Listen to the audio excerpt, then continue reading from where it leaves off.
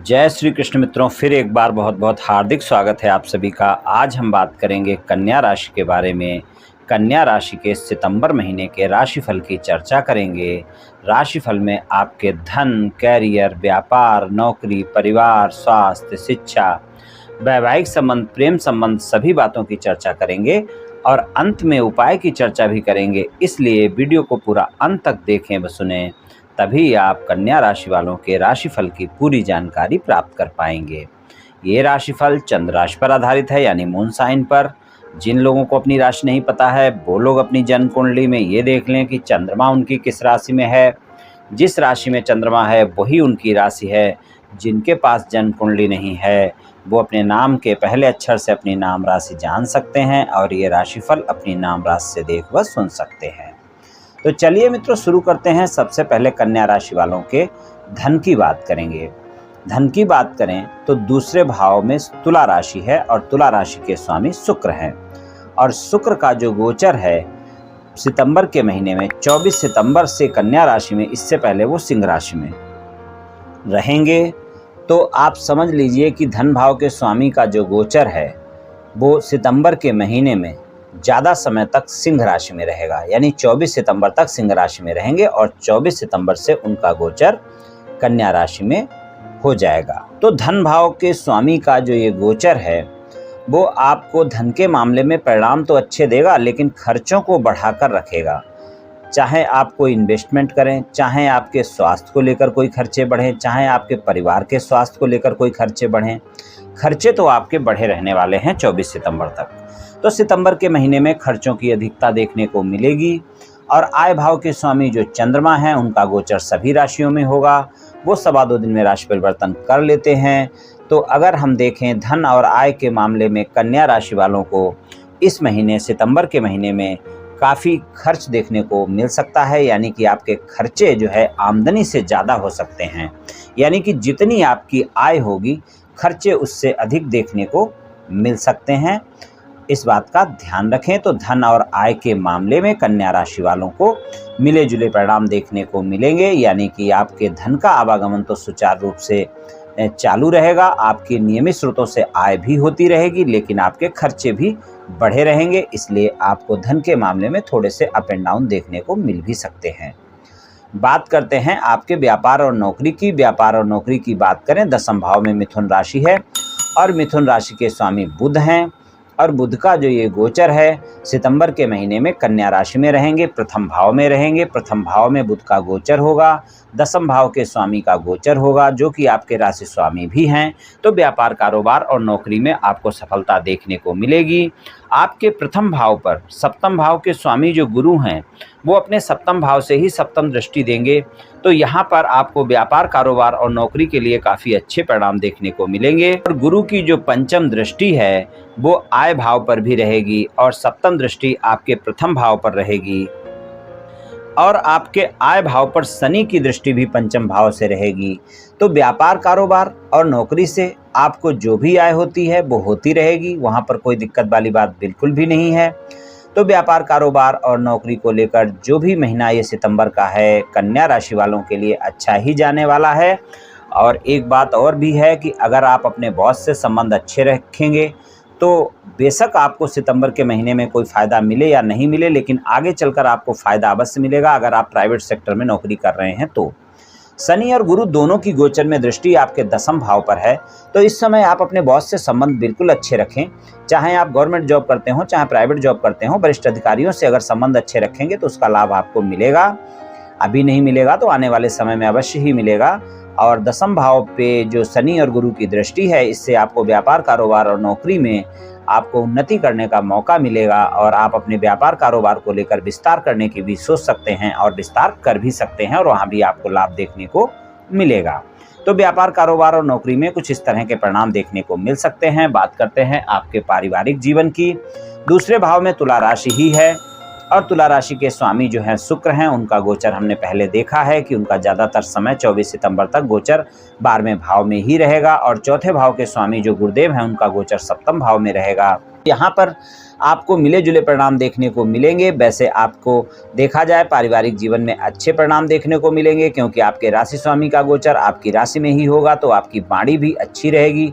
लेकिन दूसरे भाव के स्वामी हैं जो कि परिवार भाव है, और उनका जो गोचर 12वें भाव में रहेगा तो वो वहाँ पर वाद विवाद दिखा सकता है। तो इसलिए आप अपने पारिवारिक सदस्यों के साथ तालमेल बनाकर रखें, वाद विवाद बिल्कुल ना करें, इस बात का ध्यान रखें। अगर आप वाद विवाद करते हैं तो फिर आपके संबंध पारिवारिक सदस्यों से सितंबर के महीने में अच्छे नहीं रहने वाले हैं। इसलिए अगर कोई भी बात होती है, किसी भी बात को लेकर कोई भी बात होती है, तो आपको इस बात का ध्यान रखकर चलना है कि आप वाद विवाद से बिल्कुल बचकर रहें। और अगर माता से कोई लाभ मिलने वाला था आपको, तो वो लाभ आपको सितंबर के महीने में मिल सकता है। यानी पैतृक संपत्ति से भी अगर कोई लाभ मिलना था तो वो लाभ भी आपको सितंबर के महीने में मिलने के चांस बनेंगे। लेकिन आप ध्यान रखें, परिवार के सदस्यों के साथ तालमेल जब ही अच्छा रहेगा जब आप अपनी वाणी पर संयम रखेंगे और छोटी छोटी बातों को लेकर बड़ा नहीं करेंगे, गलतफहमियां नहीं पालेंगे, तो आपको अच्छे परिणाम देखने को मिलेंगे। क्योंकि दूसरे भाव में केतु का गोचर भी है, ये भी ध्यान रखने वाली बात है। तो वहाँ पर आपको छोटी छोटी बातों को लेकर, व्यर्थ की बातों को लेकर परिवार के सदस्यों के साथ गलतफहमियां भी देखने को मिल सकती हैं। तो इस तरह का पारिवारिक जीवन रह सकता है कन्या राशि वालों का।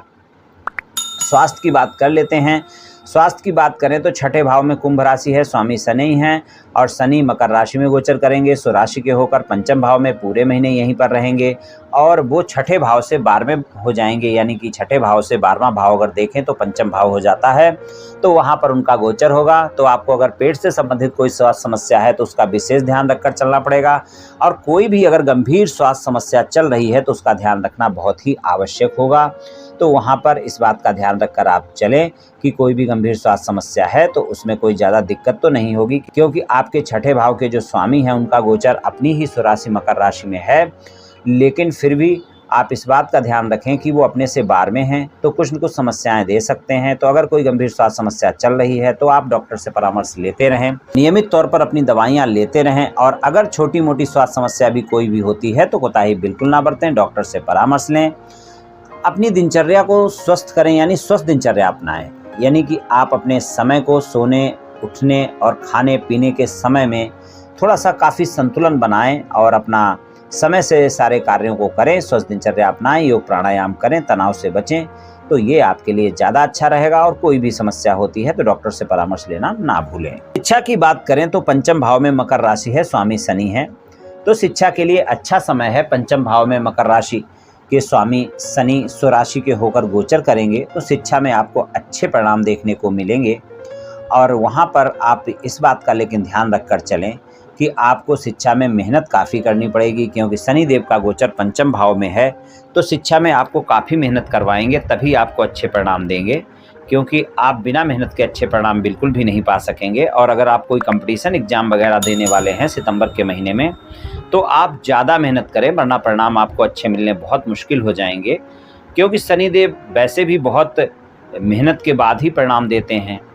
तो इसलिए इस बात को ध्यान रखकर चलें, क्योंकि छठे भाव में कुंभ राशि है, शनि की ही राशि है, लेकिन वो मकर राशि में गोचर कर रहे हैं। इसलिए शिक्षा में जब आप ज़्यादा मेहनत करेंगे, परिणाम तभी आपको अच्छे मिल पाएंगे। बात करते हैं वैवाहिक संबंधों की।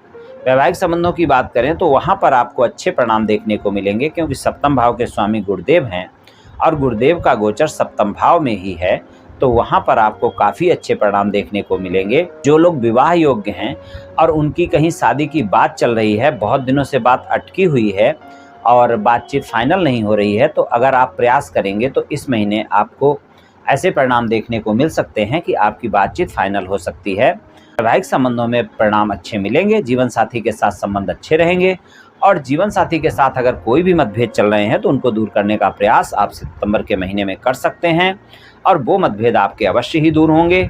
आप प्रयास करके देखें तो आपके मतभेद दूर होंगे, और आपके जीवन साथी के साथ संबंध फिर से मधुर होंगे। लेकिन आप सच्चाई और ईमानदारी के साथ प्रयास करेंगे तो ही सफलता मिलेगी। अगर आप अपने जीवन साथी को धोखा दे रहे हैं, झूठ बोल रहे हैं, तो यहाँ पर आपको फिर सफलता नहीं मिल पाएगी, आपके वाद विवाद नहीं सुलझेंगे, क्योंकि गुरुदेव हैं वहाँ पर, और शनि की तीसरी दृष्टि भी है वहाँ पर सप्तम भाव पर। इसलिए अगर आप अपने जीवन साथी के साथ ईमानदार हैं और सच्चाई से अपने जीवन साथी का साथ चाहते हैं, तभी आपके मामले सुलझेंगे। वरना फिर आपका वाद विवाद हो जाएगा। इस बात का विशेष ध्यान रखकर आप चलें और आपके मामले सुलझ नहीं पाएंगे। तो वैवाहिक संबंधों में कुछ इस तरह के परिणाम मिल सकते हैं। प्रेम संबंधों में पंचम भाव में शनि हैं और शनि पंचम भाव के स्वामी हैं, पंचमेश हैं, तो प्रेम संबंधों में अच्छे परिणाम देखने को मिलेंगे।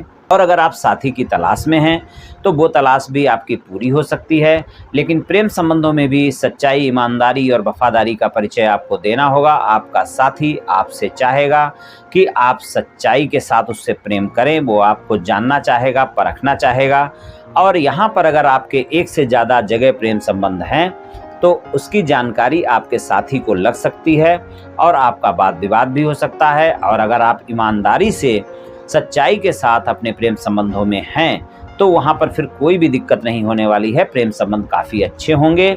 और जो लोग साथी की तलाश में हैं, किसी से मित्रता करना चाहते हैं या फिर मित्रवत संबंधों को प्रेम संबंधों में बदलना चाहते हैं, तो वहाँ पर भी अगर आप संबंधों में ईमानदार हैं तो आपको सफलता मिल सकती है। और अगर आपके प्रेमी प्रेमिका के साथ कोई मतभेद चल रहे हैं तो वो मतभेद भी समाप्त किए जा सकते हैं। लेकिन गलतफहमियों को स्पष्टता से दूर करना होगा और सच्चाई के साथ अपने प्रेमी प्रेमिका के सामने बातों को रखना होगा, तो आपके मतभेद भी दूर हो सकते हैं। तो कुछ इस तरह के परिणाम देखने को मिल सकते हैं कन्या राशि वालों को सितंबर के महीने में। उपाय की बात कर लें तो उपाय की बात करें तो आप शनिवार वाले दिन काली उड़द का दान और सरसों के तेल का दान या तो शनि मंदिर में करें या फिर शनि मंदिर के बाहर जो गरीब व्यक्ति बैठे होते हैं उनको दान करें। और किसी एक गरीब व्यक्ति को भी, अगर वो अंधा, अपाहिज और कुष्ठ रोगी है तो बहुत अच्छा है, और अगर नहीं है तो गरीब व्यक्ति को भोजन करा दें, शनिवार वाले दिन करा दें या बुधवार वाले दिन करा दें, आपको काफ़ी लाभ देखने को मिलेगा। तो ये उपाय आप कर ले मित्रों, निश्चित ही आपको लाभ मिलेगा। तो मित्रों, आज मैंने आपसे कन्या राशि वालों के राशिफल के बारे में कुछ चर्चा की। ये राशिफल सामान्य राशिफल है, सभी जातकों पर पूर्ण रूप से प्रभावी होगा ऐसा संभव नहीं है, क्योंकि आपकी जन्म कुंडली में ग्रहों की स्थिति और आपकी वर्तमान दशा और अंतर्दशा और फिर ग्रहों के गोचर की स्थिति, इन सभी बातों पर बहुत कुछ निर्भर करता है। आप सभी स्वस्थ रहें, आयुष्मान रहें, धनवान रहें, ऐसी मेरी श्री कृष्ण भगवान से प्रार्थना है। जय श्री कृष्ण।